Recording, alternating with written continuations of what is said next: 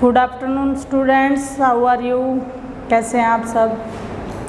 उम्मीद करती हूँ कि सब अच्छे होंगे। सरस्वती मंत्र के साथ आज हमारी प्रोनाउन की दूसरी क्लास शुरू करते हैं। या देवी सर्वभूतेषु शक्तिरूपेण संस्थिता नमस्तस्यै नमस्तस्यै नमस्तस्यै नमो नमः। जी हाँ, तो कल हम प्रोनाउन के बारे में पढ़ रहे थे। प्रोनाउन के विभिन्न प्रकारों के बारे में हमने पढ़ा और प्रोनाउन के हमने विभिन्न रूप भी जाने। लेकिन जब तक हम प्रोनाउन को हिंदी में कंठस्थ नहीं करेंगे, इंग्लिश और हिंदी साथ के साथ नहीं लेकर चलेंगे, तब तक हमें समस्या आएगी। तो इस समस्या का समाधान है कि हम प्रोनाउन को हिंदी और इंग्लिश साथ के साथ करें। तो जैसा कि प्रोनाउन शुरू में हमने बात की थी पर्सनल प्रोनाउन की, पुरुषवाचक सर्वनाम की। उसके बाद हमने बात की थी पॉजेसिव प्रोनाउन, अधिकार, जिसमें हम बतलाएं किसी चीज़ पे अधिकार हम जताएं। उसके बाद हमने बात की थी डेमोन्स्ट्रेटिव यानी संकेतवाचक, हम किसी चीज़ की तरफ इशारा करें, दिस, दैट, दीज, दोज। उसके बाद हमने बात की थी डिस्ट्रीब्यूटिव यानी डिस्ट्रीब्यूशन करना, चीज़ों को डिस्ट्रीब्यूट करना, अलग अलग करना, यानी चीज़ों को डिस्ट्रीब्यूट करके जो बताए, जैसे ईच। अब एप्पल की टोकरी भरी पड़ी हो और हमें बताना हो कि हर एप्पल अच्छा है, तो हम उसके लिए क्या यूज़ करेंगे? Each Apple is very good, कि प्रत्येक जो सेब है वो अच्छा है। यानी हमने इकट्ठा होते हुए भी उसको अलग अलग रूप से एक ईच ऐसा प्रोनाउन यूज़ करके, डिस्ट्रीब्यूटिव प्रोनाउन यूज़ करके उसके बारे में हमने उसमें भिन्नता ला दी। उसके बाद रेसिप्रोकल प्रोनाउन था, पारस्पर यानी परस्पर जो संबंध बताए, पारस्परिक जो संबंध बताए किसी चीज़ का, जैसे हमें चाय भी पसंद है, कॉफ़ी भी पसंद है, ठीक है। तो इसका मतलब जैसे ईच, अदर, अनोदर, परस्पर जो संबंध बताए। यानी जैसे नहीं कहते हैं, एक बहुत फेमस सेंटेंस है, आप सब ने सुना होगा, यूज भी किया होगा, मेड फॉर ईच अदर, नहीं कहते एक दूसरे के लिए बने हुए, यानी वो परस्पर तुलना कर रहा है, ठीक है। इसके बाद रिफ्लेक्सिव प्रोनाउन निजवाचक, यानी जो निजता को दर्शाए। अब निजता को वो कैसे दर्शाएगा, कौन कौन से शब्दों के द्वारा दर्शाएगा? Myself, ourself, yourself, itself, ठीक है। तो इन शब्दों से वो अपने निजता को दर्शाएगा। इसके बाद हम लास्ट में कर रहे थे इम्फाटिक या इम्फाइजिंग प्रोनाउन। तो वो क्या होगा? यह प्रोनाउन होगा जब कोई चीज़ को दबाव डालकर कहा जाए, दबाव का यह सूचक होगा, जोर देना। अब जैसे इसका एक उदाहरण देखते हैं कि इसके वैसे इसके uses myself, ourself, selves same reflexive pronoun यानी निजवाचक प्रोनाउन की तरह ही होंगे। लेकिन निजवाचक और एम्फाटिक प्रोनाउन में फ़र्क क्या होगा? ये एम्फाटिक प्रोनाउन में उस बात पर दबाव दिया जाएगा, उस बात पर जोर दिया जाएगा, जैसे वह अपने आप से यहाँ आ जाएगा, तो क्या हो जाएगा? ही, हिमसेल्फ,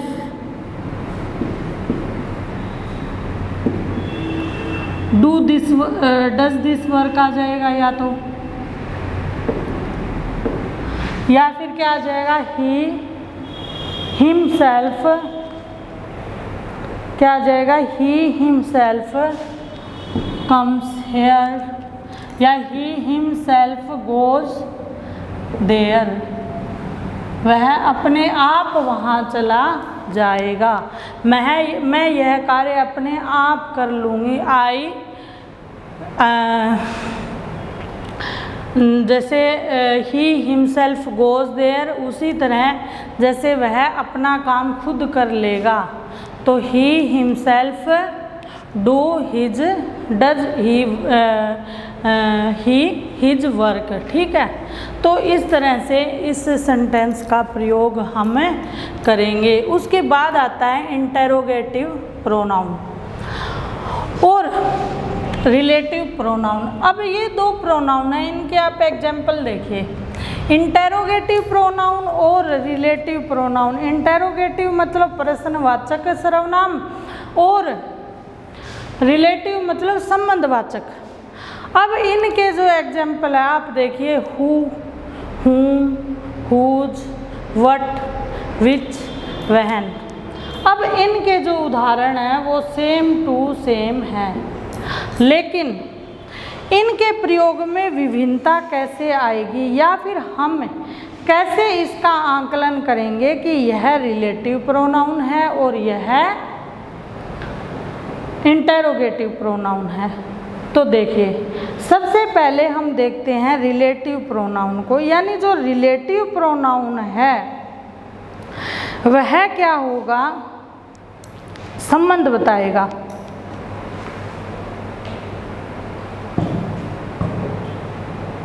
और उसमें क्या होगा कि हु आदि का प्रयोग व्यक्तियों के लिए किया जाएगा और विच आदि का प्रयोग निर्जीव वस्तुओं के लिए किया जाएगा। नंबर एक बात तो यह है, ठीक है। और नंबर दो बात क्या है कि यह रिलेटिव जो प्रोनाउन है यह क्या होगा, कर्ता का उस बात से, उस घटना से संबंध बताएगा। जैसे हम एक उदाहरण देख लेते हैं, दी बॉय, इसको मैं एक बार साफ कर देती हूँ।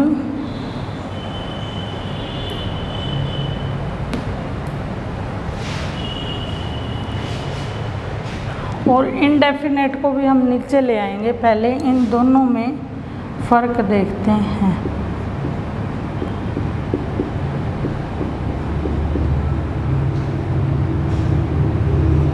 ठीक है, अब रिलेटिव की बात करते हैं। एक सेंटेंस लिखते हैं, दी बॉय, ठीक है, हु हैज ए कार। ठीक है, ये वाक्य देख लिया आपने। फिर एक वाक्य और देखिए, दी boy who has broken this chair is called Ram. हाँ, सारे एग्जाम्पल राम से ही उठाए जा रहे हैं। तो ये दो सेंटेंस हैं, the boy who has a car,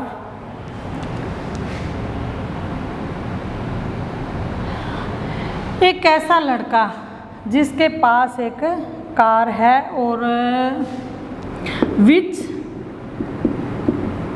colour is black, ऐसे कर लो इसको, ये पूरा हो जाएगा।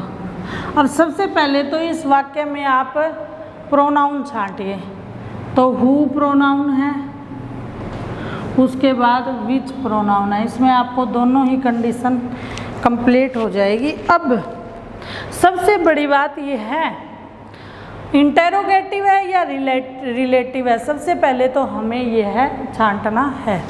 तो यह रिलेटिव प्रोनाउन है, कैसे है, क्योंकि रिलेटिव प्रोनाउन है वो क्या है, नाउन का उस कंडीशन से संबंध बताता है, लेकिन जो इंटेरोगेटिव प्रोनाउन है वो हमें प्रश्न के लिए, यूज के लिए मिलता है।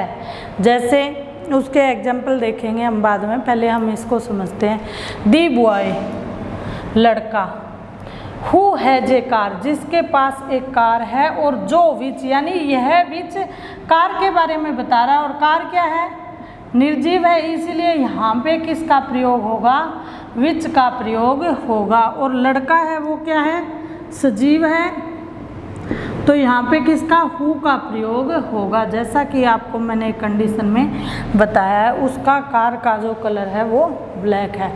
अब दूसरा वाक्य देखिए, अभी इस वाक्य में दी बॉय हु लड़का, अब हु मतलब यहाँ पे कौन नहीं है, जिसने, हैज ब्रोकन तोड़ दी है, दिस यह भी क्या है, अब यह कौन सा प्रोनाउन हो गया, आपने पहले पढ़ा था, तो कौन सा प्रोनाउन है यह, संकेतवाचक, यानी संकेत कर दिया, आपको पता चल गया। अब संकेत को इंग्लिश में क्या कहेंगे, डेमोन्स्ट्रेटिव। तो यह चेयर, जिसने यह चेयर तोड़ दी है उसका नाम राम है। ठीक है, इसका यह सेंस निकलती है। तो इसका मतलब जिस लड़के ने तोड़ी है चेयर, ठीक है, उसके बारे में बताने के लिए हु का प्रयोग किया गया कि यह वह लड़का है या यह ऐसा लड़का है जिसके द्वारा चेयर तोड़ दी गई है। तो ये प्रोनाउन, रिलेटिव प्रोनाउन का प्रयोग होता है। दूसरा क्या है, रिलेटिव जो प्रोनाउन है उसका प्रयोग हमेशा हम क्या करेंगे, संबंध बताने के लिए करेंगे, ना कि प्रश्न बनाने के लिए। उसके 2-4 वाक्य और देख लेते हैं हम। जैसे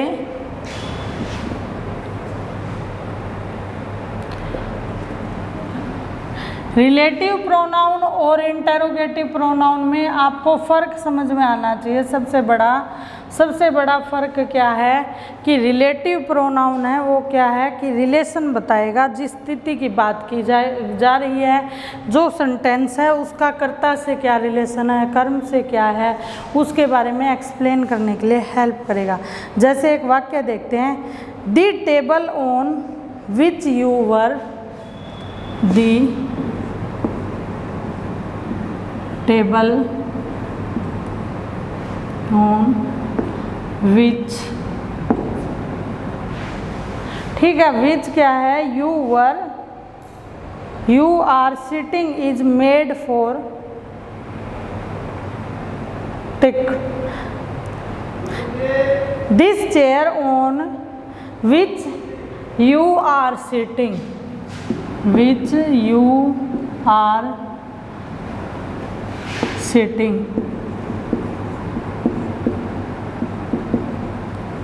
इज मेड बाय वुडन। ठीक है, अब उन्होंने क्या कहा, दी टेबल। अब इस टेबल का, जो लड़के इस टेबल पर बैठे हैं वो किस चीज़ से बनी है, उस पूरी घटना के बारे में संबंध हमें जो बता रहा है कि इसकी बात की जा रही है वो क्या है, विच। और निर्जीव चीज़ों के लिए क्या प्रयोग में लाया जाएगा, विच। यानी the table on which you are sitting, यानी ऐसी मेज जिस पर, अब विच का मतलब जिस पर आप बैठे हैं वह बनी हुई है, किसकी, लकड़ी की बनी हुई है। यानी उस मेज़ की जो स्थिति क्लियर की है, कौन सी मेज़ की, जिस पर आप बैठे हैं, स्पेशली उस मेज़ की बात हो रही है। अब आगे क्या आएगा, जैसे दी गर्ल, एक एग्जाम्पल और देख लेते हैं। The girl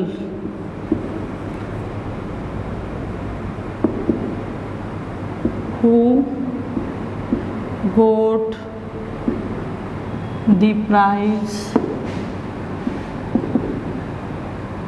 ठीक है, कौन सी लड़की, ऐसी लड़की जिसने क्या किया है, प्राइज लिया है। The girl who got the prize were very happy, was very happy. The prize was, हमने एक वचन में वाक्य लिया है, प्राइज वाज वेरी हैप्पी। अब क्या बताया है, उस लड़की का जो स्थिति है, प्राइज मिलने की स्थिति है, उससे क्या बता दिया, संबंध बता दिया। और यहाँ पर हु का प्रयोग क्यों हुआ, टेबल के लिए विच का प्रयोग हुआ था, क्योंकि वह निर्जीव थी। और लड़की क्या सजीव है, तो उसके लिए किसका प्रयोग होगा, हु का प्रयोग होगा। मुझे लगता है आपको रिलेटिव नाउन अच्छी तरह समझ में आ गया होगा। यानी ऐसे प्रश्नवाचक वर्ड, आप इसको थोड़ा अगर वो जुगाड़ सिस्टम में करना चाहते हैं तो आप इसको ऐसे भी देख सकते हैं कि ऐसा प्रश्नवाचक शब्द जो वाक्य के बीच में आते हुए कर्म, कर्ता और क्रिया के बीच में जो संबंध रिफ्लेक्ट करे, वो क्या होगा, रिलेटिव प्रोनाउन का एग्जाम्पल होगा। अब हम बात करते हैं इंटेरोगेटिव प्रोनाउन। तो इंटेरोगेटिव प्रोनाउन में भी वर्ड तो वही सेम रहेंगे, हु,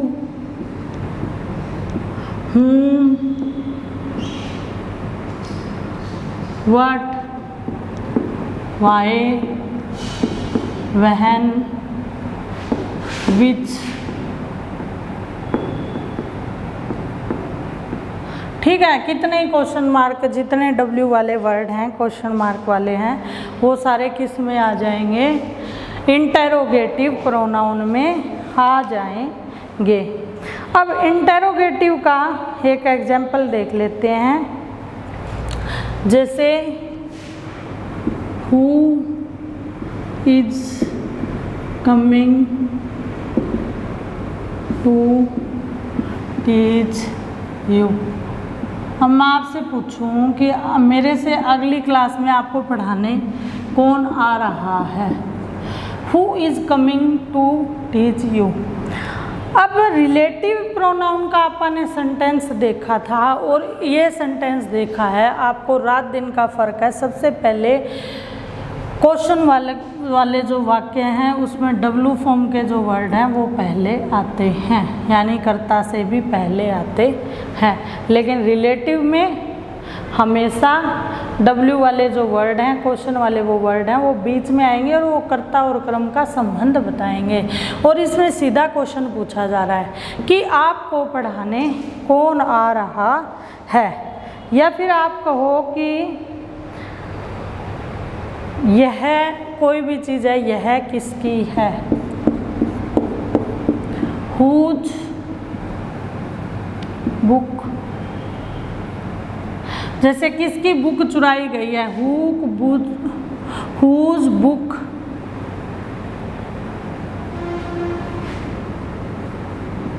हैड स्टोलन, किसकी बुक चुराई गई है।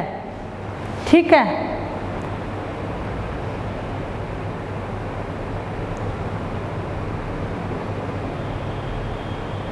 या फिर आप किससे बात करना चाहते हैं, whom did you want to talk, whom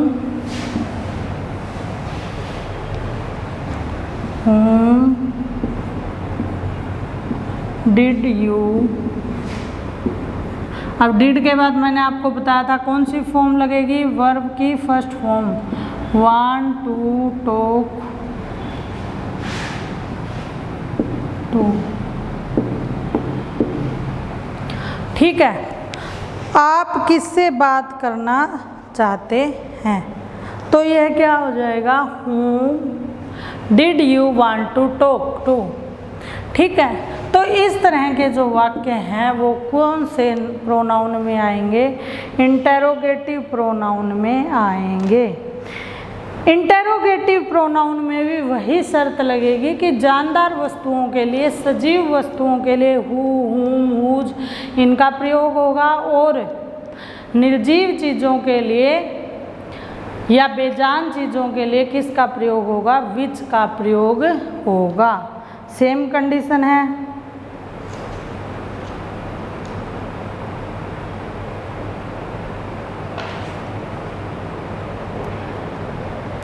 इसका बाद यदि कोई वस्तु के बारे में बात की जाए तो क्या होगा, वहाँ वट का प्रयोग होगा। जैसे यह क्या है, what is this,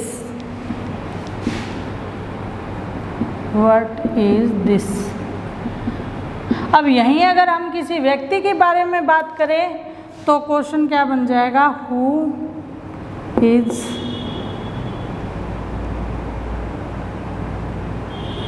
that person, या हुज देयर, वहाँ कौन है, हु इज देयर, यानी हु का प्रयोग हो गया ना, और यहाँ पे निर्जीव था तो व्हाट इज दिस। वस्तुओं के लिए व्हाट का प्रयोग होगा, व्यक्तियों के लिए हु का प्रयोग होगा। ठीक है, जैसे एक एग्जाम्पल और देख लेते हैं, when do you go to office.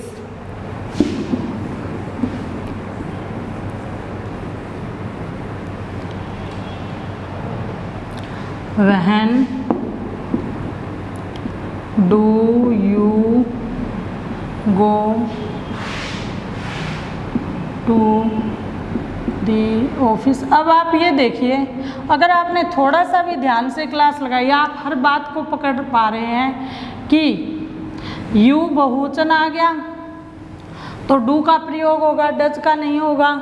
और हमने बात की थी टू बी फॉर्म में कि डी वाली फॉर्म है डिड, डज, डू, वर्ब की फर्स्ट फॉर्म लगेगी और उसका प्रयोग क्वेश्चन वाले वाक्यों में भी होगा, इंटेरोगेटिव सेंटेंस में होगा। ठीक है, और यहाँ यू भी पर्सनल प्रोनाउन है और वहन क्या है, इंटेरोगेटिव प्रोनाउन है। ठीक है, सब्जेक्ट हो गया यू, वर्ब हो गई, वर्ब की फर्स्ट फॉर्म का प्रयोग होगा, D1 का फॉर्मूला याद करवाया था, और दी ऑफिस हो गया ऑब्जेक्ट, और टू प्रीपोजिशन जिसको हम आगे पढ़ेंगे। देखिए, मैं यह तो नहीं कहती कि मेरा पढ़ाने का तरीका 100% ही अच्छा है या मैं जो करवा रही हूँ उस चीज़ की पूरी जानकारी है, ऐसा मैं दावा नहीं करती। लेकिन मैं इतना दावा ज़रूर करती हूँ, अगर आप ध्यान से क्लास लेते हैं तो आपको हर पॉइंट क्लियर हो जाएगा, स्ट्रक्चर का हर चीज़ आपको समझ में आ जाएगी। इसके बाद बचता है एक्सक्लामेटरी प्रोनाउन। अब एक्सक्लामेटरी वर्ड आपने पढ़ा होगा, कहाँ पढ़ा होगा हिंदी में वो मेरे को बताना, इसको मैं क्वेश्चन मार्क छोड़ रही हूँ आपके लिए। एक्सक्लामेटरी होता है आश्चर्य प्रकट करने हेतु, आश्चर्य प्रकटीकरण में सहायक।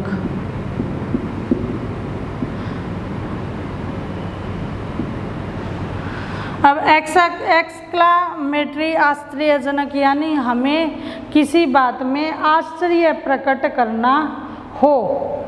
ठीक है, एकदम जैसे कोई चीज़ आपको बहुत सुंदर लगी, आह व्हाट अ ब्यूटीफुल पोट, या व्हाट अ ब्यूटीफुल ड्रेस, या व्हाट अ ब्यूटीफुल वेदर, कितना सुंदर वेदर है। What a beautiful dress. या फिर आप क्लास लेके कहें कि वाह what a nicely taught class. ठीक है, कोई भी आपको आश्चर्य की अभिव्यक्ति करनी हो तो वहाँ पे क्या होगा, एक्सक्लामेटरी प्रोनाउन का प्रयोग होगा। इसके बाद आपके आता है इंडेफिनेट प्रोनाउन, अनिश्चित, और इसका प्रयोग मैंने बहुत सारे कॉम्पिटिटिव एग्जाम में भी इसके क्वेश्चन आए हुए देखे हैं। क्या है, इंडेफिनेट प्रोनाउन।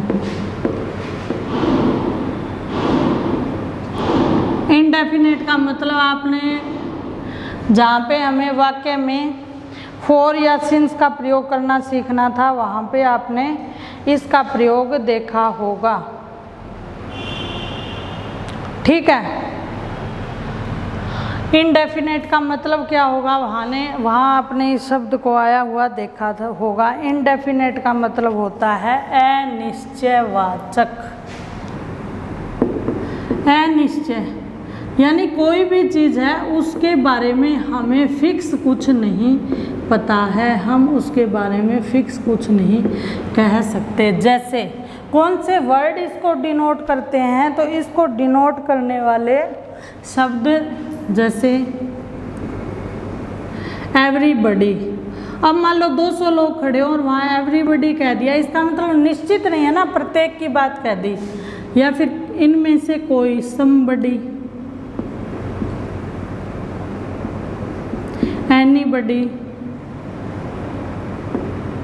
या कोई भी नहीं, नोबडी, या फिर मैनी, बहुत, मोर। अब इसमें बात आती है समझने की कि मैनी कहाँ पे प्रयोग होगा, मोर कहाँ पे प्रयोग होगा, मच कहाँ पे प्रयोग होगा, और इससे लेकर ही क्वेश्चन आते हैं। मैनी, मोर, मच, एनी, बोथ। ठीक है। और nothing, anything, something, few, little. Few, little को लेके भी बहुत क्वेश्चन आते हैं। एनीथिंग कोई भी वस्तु, समथिंग कुछ भी वस्तु, समथिंग, नथिंग कुछ भी नहीं। और इनका प्रयोग जब तक आप एक एक शब्द को हिंदी में नहीं सीखोगे आपको क्लियर नहीं होगा। आपको इन सारे शब्दों को हिंदी में सीखना होगा। Same, whole. अब देखिए, जैसे हम ये कहें कि सब आएंगे,